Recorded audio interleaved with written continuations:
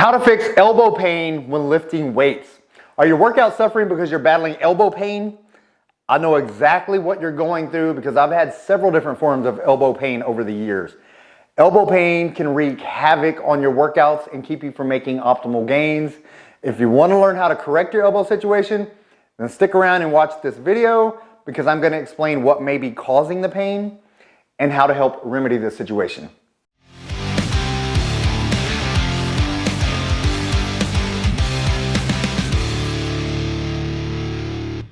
Hey man, Gary Walker here with liveanabolic.com. So what's causing elbow pain? All right, what causes your elbow pain? There are actually several different types of elbow conditions, but the two most common that I come across are golfer's elbow, which is pain just inside of your elbows, and then tennis elbow, which is when you have pain on the outside of your elbow. Those are the two most common I come across, especially with older men. Basically, you have increased inflammation in the tendons due to overuse. It can be from working out, sports, and even your job. Excessive typing can even contribute to the inflammation.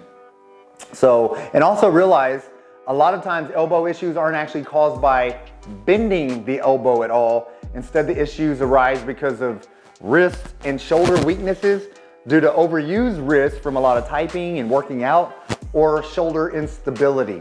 So I'm gonna give you 5 things to focus on to help improve your elbow health and get you back to having awesome workouts.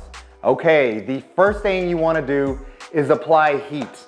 Okay, after your workouts, apply a heating pad for about 15 minutes to help bring blood and nutrients to the elbow joint to help speed up the healing process. That heat's gonna bring more blood, which will bring more nutrients. It's gonna help speed up that process.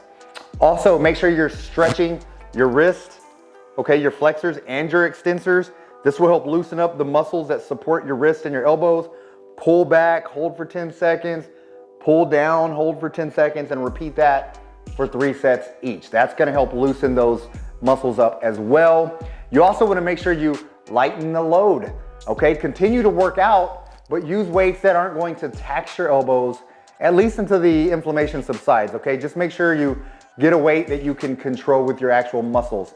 Also, that being said, replace barbell exercises with dumbbell exercises. Barbells keep you in a fixed position and don't allow for any flexibility to move into a more comfortable position regardless of what you're doing. Back exercises, overhead presses, bench presses, you want that flexibility from the dumbbells. And lastly, add forearm exercises to your workouts and make sure you do equal work for both the flexors, which you typically do, and extensors.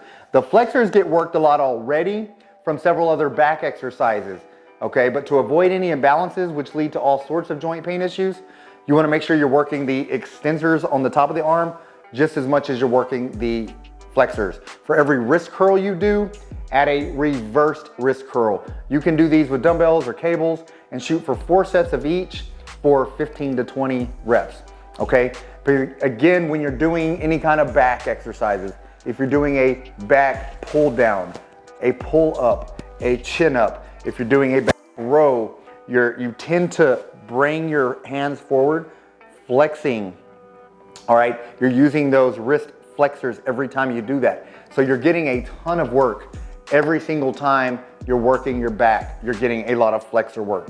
However, very seldom do you work your extensors. So that's one of the things you really want to focus on.